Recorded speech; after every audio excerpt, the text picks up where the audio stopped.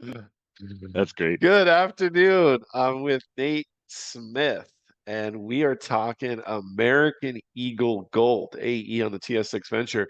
How you doing, Nate? Hey, Rob. Yeah, thanks for reaching out. Yeah, I'm doing well. It's a nice, beautiful day here on the West Coast, aka the best coast. And then I guess it's a big day down south for you guys. How's it going for you? It is. It is. It's a big day. It's a calm Tuesday. Um, yeah, we have an election going on, but it's very calm. It's kind of a weird, strangely calm day, but maybe that's because I haven't gone outside yet, and I'm just sitting here on my computer. Um, let's talk American Eagle Gold. Um, I normally call you like the number one AE bull. I'm number two. Um, we both went on a site visit a few months ago. Actually, it's 4 months ago now. And Yeah, time I'm gonna flies, sh hey? it does fly. Yeah, I'm gonna share my screen here. Yeah, by all means. Yeah, I mean, my involvement with this project stretches back to, well, I mean, it hit my radar when they announced that they'd taken on the project in 2022. So I've been around for a little while on this project, that's for sure. And I'm Yeah, I still as bullish. recall. Yeah, I recall some of your posts back there in 2022. So, I want to ask you about what attracted you to it in 2022. But first, let's just look at your Substack here. Some of the pictures from the helicopter and sort of like the reasons why you like this part of, um, I mean, this area of Canada for mining. Yeah, I mean, what do they say is the best place to find a mine is next door to a mine, right? We're talking the Babine district area. There's previous history of mining in these operational areas. Two were exploited extensively by Noranda. Those are now Glencore legacy assets for some of their care and maintenance activities. But yeah, in reality, there's also multiple other deposits there that have been either, partially discovered, fully discovered, or we're receiving some additional revisits here as of late. And AE falls into the one of those packages. It was largely advanced way back in the 60s, 70s. And then there's some, concerted drilling in the 90s. And then there was even a little bit of drilling in the early 2000s. But none of them really hit on anything that they could really put together at the time, given the prevalent metal prices and some of the backdrop in the story there. So the AE team picked this up and decided, it was worth another look, and then presented what they had up to the market with regards to some of their strategy. And that's when in 2022, when they picked this up and started presenting it, what attracted me initially was some of the geophysical work. I mean, if you take a look at some of those early ZTEM and the IP chargeability side, it's a knockout target, right? You see that and you say, okay, well, if I'm in this game for speculating and for big porphyry projects, that has all the hallmark telltale signs of one. It's worth a shot. So 22-2 comes along. We get some drilling going. I see some initial results that confirm, yep, yeah, this thing has some prospectivity with regards to its surface project, as well as we see some hints of what's in the depths. And then at the end of that project, there was two holes that particularly stuck out at me that caught my attention and then warranted my relook. Because initially I was like, I don't know if this project's got legs. We'll see. But if you go back to the day there, they still have all the core photos available. It's 2204 and 2207. Had some very interesting diking arrangements in it and some mineralization that I had not seen before in a BC project, or at least had seen physically. I've had seen some descriptions from Galore Creek with some of their diking and some of the mineralization that was reported in it, but it's not typical to see chalcocite in we'll say a primary mineralization environment. Typically, chalcocite is seen as a supergene blanket after weathering activities. So to see that was, for me, okay, this project requires another look. So in 2023, I dug in even deeper. I pulled from the BC ARIS database everything I could find on this project and everything that's been done in and around the area. And I, came to the conclusion it's like, okay, this has legs to walk. So 2022 was kind of the initial discovery. Hey, we have something going on here. 2023 then led up with the following holes in the south. We had the discovery in the what people call the fancy wall rock or pseudo skarn-esque arrangement, whereby the sedimentary layers had become enriched with some of the intrusive diking as well as the main intrusive. And that was pretty exciting, right? We're now seeing a large body of either meeting or exceeding some economic cutoff grade. But for me, the story still wasn't, even starting. Like my whole intent and reason for my participation in this project was in and around the north. And when we saw that the results of hole 2312 land, my excitement, it hit fever pitch. I got to the point where I was jumping up and down on account of what we saw at the bottom of 2312 represented a mineralization level we hadn't seen before at the depths of this project. All previous hits into the main Babine porphyry stock plug had been largely lower grade. I juxtaposed, say, for example, hole 9, where it terminated in Babine porphyry stock it was almost negligible grade, if any, versus if you take a look what hit the bottom of 12, it really jumps out at you that something's expressing itself, deeper seated and or near proximity. And so 2312 was when I, adopted the moniker, the hashtag Babine monster to be found. And I think that this year they've found it.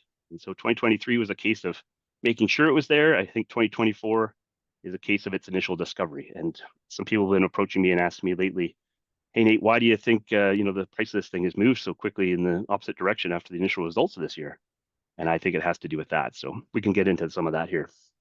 I've roamed over a few things there. Do you have any questions about some of that timeline or? Yeah, so 2312, I'm just looking at 2312, trip down memory lane here. And yeah, this drill core looks, massive bornite. Look at this. Yeah, as you get down below the 600-meter mark, there's some instances of semi-massive chalcocite veining, some bornite with chalcocite veining, and then even into the Babine stock, quite impressive grade sets as there's some massive veining that shows up. As you can see too, they had some of the initial diking encountered there, that pale felsic intrusive. That's running anywhere from 0.5 to north of 0.8 over the averages of it. That's a very interesting diking arrangement that was also encountered in 04 and 07 that perked my interest.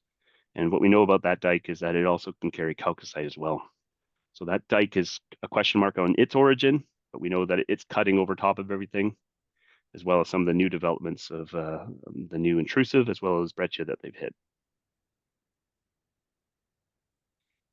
Yeah, here's this chalcocite photo. It's deeper Yeah, I don't know still, why deeper my still. computer doesn't want to pull up the photos. Yeah, no, it was very It's strong deeper flow. I think it was still. over 900 meters of 0.5 equivalent with a subinterval of 600 and change of 0.6. But like I said, what got my attention was the very bottom of it, where it terminated in the Babine stock, which would be otherwise typically barren. And what we saw was it was in fact confirmed containing elevated grades.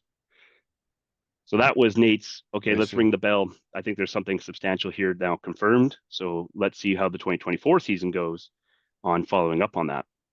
And so, of course, 2024 kicked off. We saw the follow-up initial, oh, there it is there at 778, that massive chalcocite vein. Now, chalcocite, like I said, usually occurs abundantly in supergene arrangements. It's not typically seen in vein sets like this. This is very unusual for typical global projects in general. It's not to say it can't exist, but it existing on a BC project in this configuration, I've not seen before. That's pretty interesting. And then, yeah, there's some crystalline Oh, so bornite yeah, you're talking about bugs. yeah, you're talking about Hmm? hole This is whole, 2312 when yeah, 2312. Yeah. And now you've got the slide deck up here. So this is now some early indications of information that they've provided, right? So we now know that they've hit not just a dike, but a confirmed intrusive arrangement in both 24, 33, 35, 37, and 38. And in 33, they also hit a new interesting arrangement as well. There's instances of reported hydrothermal breccia. There is reports of chalcedonic massive veining, and there's reports of chalcedonic stockwork veining in 33. So there's four kind of new developments that we're waiting some assays on and some more information on. But what they provided both verbally with regards to interval links, as well as visually, has confirmed for myself that this is the target of interest. Now, their number one reason why it's a target of interest for me is I'll get you to pause on that right there. I recently did on Twitter, if you take a look, I did a doodle in of where I've, hand wavy expect the intrusives to be largely identified. So the difference between the fancy wall rock, pseudo skarn-esque arrangement of the sedimentary rocks that make up the bulk of all the mineralization to the south of that main zone is, think of it as layers of a cake, right? And they've done some really great jobs of characterizing both the diking arrangements that have hit into those layers, right? But ultimately, those layers are what we see variably mineralized, depending on proximity to the existing dikes as well as the main intrusive, right? What we've hit now in the north is wholly different, and it's in my mind a game changer because we're no longer talking about host country rock, right? We're talking about mineralized intrusive, and this is possibly what Uh-huh. the system was largely seeing some of this mineralization introduced from, right? So in addition to the dikes that have been encountered, we now have a larger volume body potentially, right? We have two hits on this thing confirming that it wasn't just a dike they were shooting down dip. 35 and 38 were set up to shoot um, obliquely to each other to confirm that this thing is actually much larger than any of the dikes they've hit to date. In fact, they confirmed in the interviews on two occasions in hole 35, they hit a run of approximately 100 meters it from 200 to 300. And then that picked back up again from 400 down to 700 meters plus. So that's confirmed in 35. We know that 33 also had a hit of it before they transitioned into the chalcedonic veining and stockwork arrangement, in addition to this brecciated unit. We don't have any information on 37 yet or 38, but I put in there the doodles with it to highlight where I think they may have clipped it at the top, to be seen what they hit in the bottom. So the purpose of this, though, is I to see. illustrate that it's no longer layers of a cake. It's an intrusive, which potentially is vertically unconstrained. It's going to go all the way down to the depths. What we know about this system is largely all these intrusives that we're reporting, that we've seen, are post-faulting. So whatever major structural that was underlying, this has all come in after. So if that's the case, you can expect it all to be Oh, there, right? So for example, I think Charlie did a great presentation there recently where he described some of the mineralization and he talked about GT gold. GT gold system was actually post mineralization, or sorry, pre-faulting. So faulting came in afterwards. So right. mineralization first, and then it was chop, chop, chop. Yep. And we see this in many other deposits out there as well. I mean, even to the south at the Duke project with AMark, that project itself, you can see even the IP signature of it. It's been cut apart, right? So it's very important that this system, is noted that it's all post faulting for mineralization introduction, because then you can assume that largely whatever's there is going to be there unconstrained at depth, right? To be determined, right? We might still see some faulting afterwards, but largely it looks like it's in place. So when they drilled hole 37, they learned something that helped them target in hole 38. Because it looks like in hole 38 they hit three different target areas in one Yes. intercept. So I talked to Neil about that in one of my previous interviews, right? They hit it in 33, and that immediately said, okay, well, we got to go figure out if this thing moves into the north. And so that's where 35 came in. And then 37 was collared to say, okay, well, we now need to get another angle on it to see if there's continuity. And then the idea around 38, when I asked Neil, was he wanted to say, okay, let's backstep and then shoot towards to see if this thing can be done at an oblique angle, right? So now, in lieu of not having grades, but other than visuals, they said we got to figure out if this thing has volume. So that's the targeting arrangement that it went in with. They also had access limitations. This is right near the end of the year.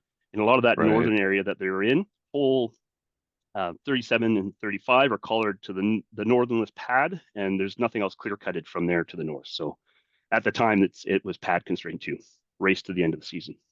So next year, it'll be a case of, okay, how do we set up and then come on top of this to figure out where and how this project's new intrusive arrangement now both grows and if it comes to surface. As I noted in 35, mineralization was reported at 200 meters, but there's no historical drilling there to say if it doesn't come to surface. So it could very well daylight. And then as well as to see, does it carry down to depth? And then volumetrically, you can imagine if you're unconstrained vertically, it doesn't take much in the way of a strike expansion to suddenly build up a lot of tons. And why are we talking about this? I mean, you should go back to the visuals.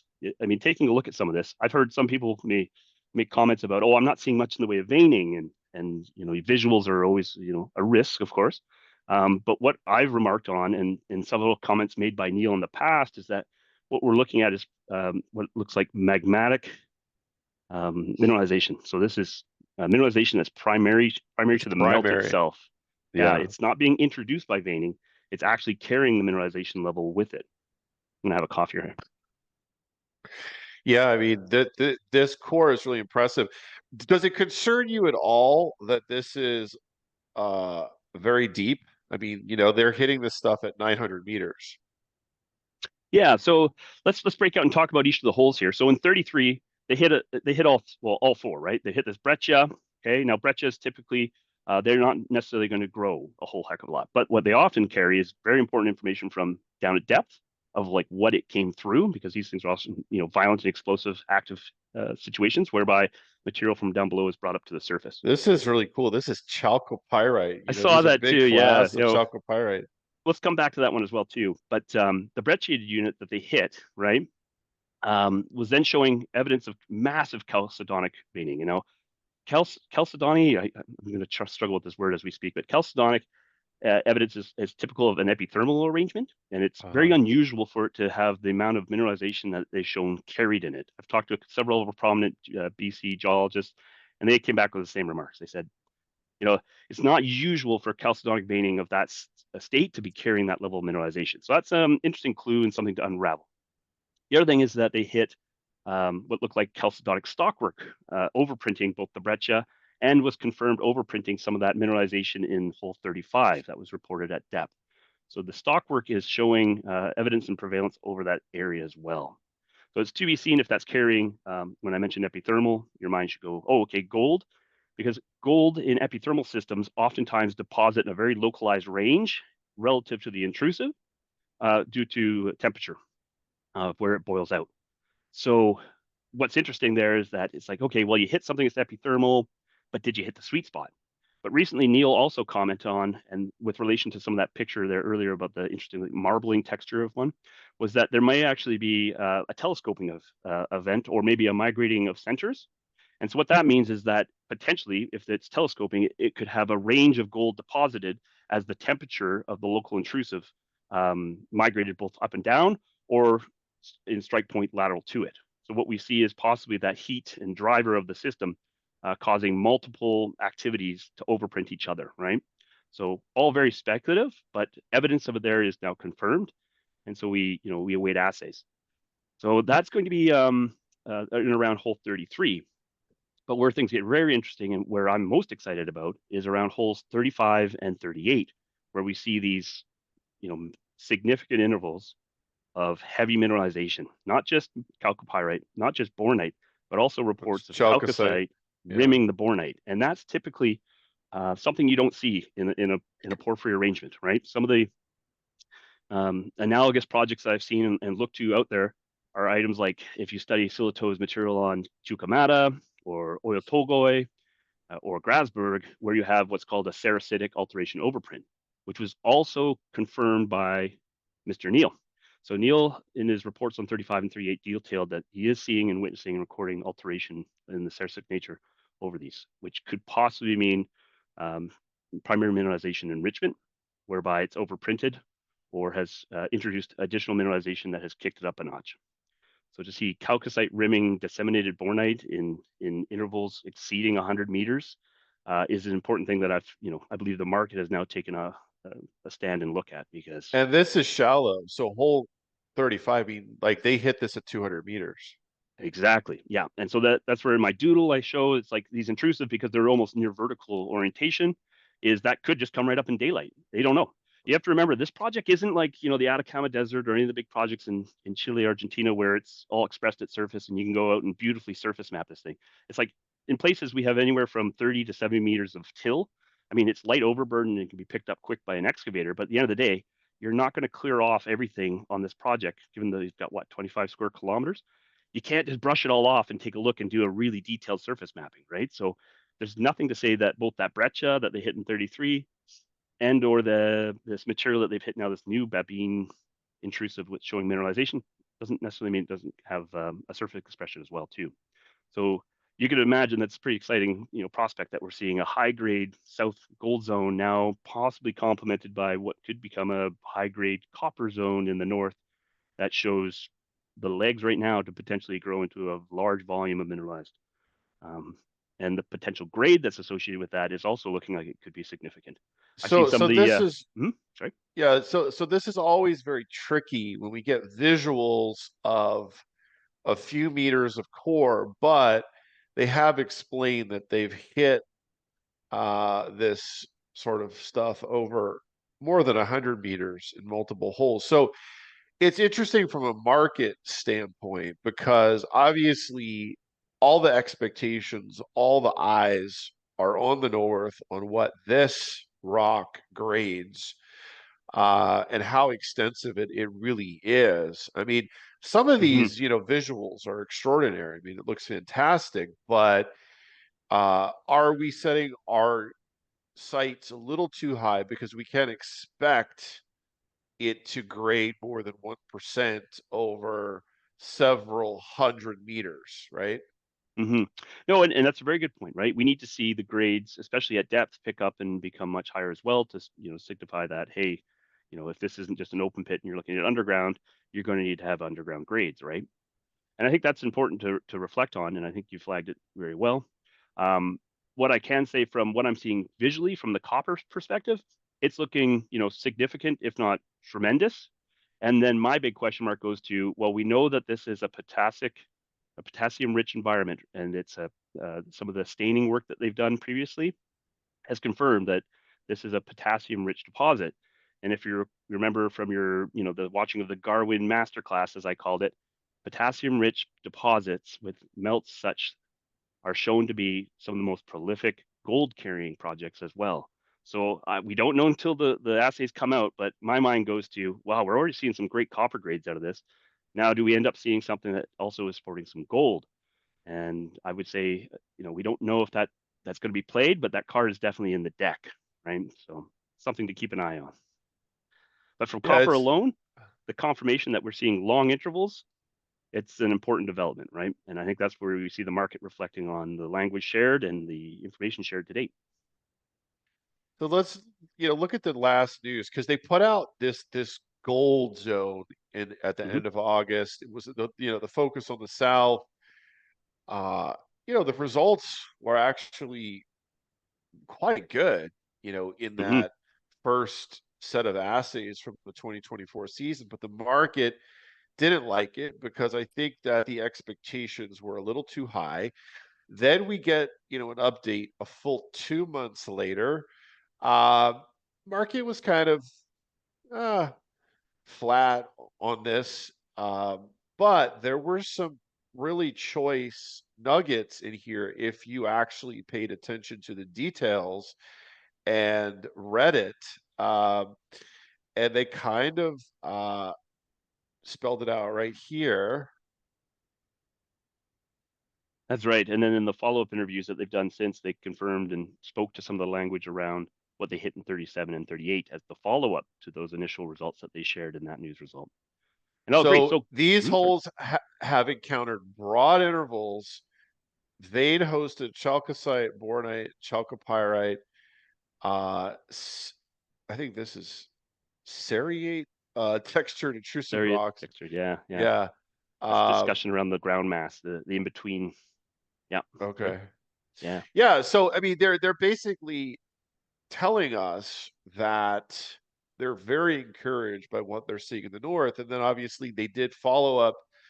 They did several interviews to follow up on this news from October 21st, and clearly they are the most excited as a team that they have ever been based upon the visuals of holes 33, 35, 37, and 38. So I guess what are your expectations for what these results are going to look like? Yeah, so I mean, what I'm going to look for, of course, is what is that overall grade that we're seeing both in the shallow encounter in 35 and see that grade progression at depth. We're going to need to see those two boxes checked. I'm going to be looking very keenly at the gold that's carried in 35 and 38 for the overall intrusive. And then in 33, it's a bit of a wild card, right? I mean, again, breccias in systems are, usually discrete expressions. I mean, it's very rare to see a massive breccia expressed in an overall arrangement of a project, right? So I'm not expecting a massive amount of volume out of that breccia, but what I am looking keenly at is this epithermal textured stockwork, as well as massive veining that they have in that. I'm looking forward to seeing where that grades out, because I mean, it could be potentially sporting up to bonanza grade gold levels, right? And if that chalcedonic stockwork is also sporting additional gold enhancement, it'll be interesting to see what level of mineralization that overprints on the intercepts on 35 and 38. So I'll be looking very keenly from an overall development across those four major developments that they've now hit in the north. And I think it's great to see that something has been arrived at. Initially, when people were asking me about this project, I was of the mind of like, this is like a solid tier 1.5 kind of project, right? It had a lot of local subsidizations going for it, right? Existing infrastructure, BC, excellent talent, local First Nations endorsement, right? A lot of the stuff that you want to see in and around a mine site. It didn't necessarily have a lot of the more attractive grades that you see some of the the world class projects. But in my mind, I was not deterred or put off by that. I was of the mind of like, no, hang on, we got to see where the economics of this shake out, given the fact that they're going to drill off a large body of mineralization. But now what we're seeing is, indications of an intrusive unit and breccia arrangement with the associated stockwork being introduced that could potentially put this into, very attractive grade territory. So I'm going to be keenly looking to say, well, do I need to now update that and recalibrate my expectations for it, or does it kind of stay in that middle of the road, good with some great enablers? So that's what I'm going to be looking at. So this is a big decision year for the AE project, right? On where it ends up Right. landing in my books.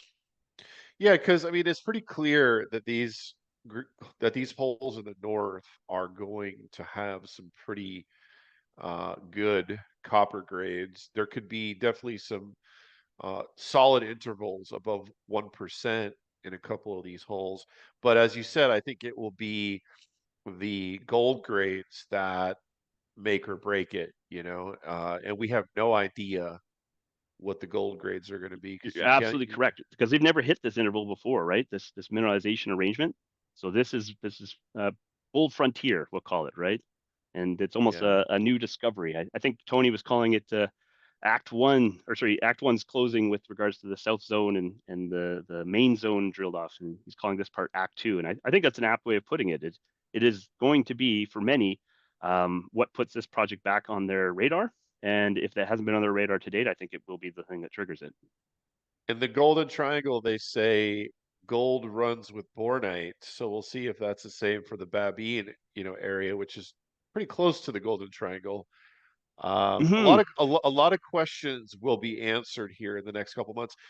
Before I let you go, Nate, what do you think about this, where they put sort of timeline winter drilling?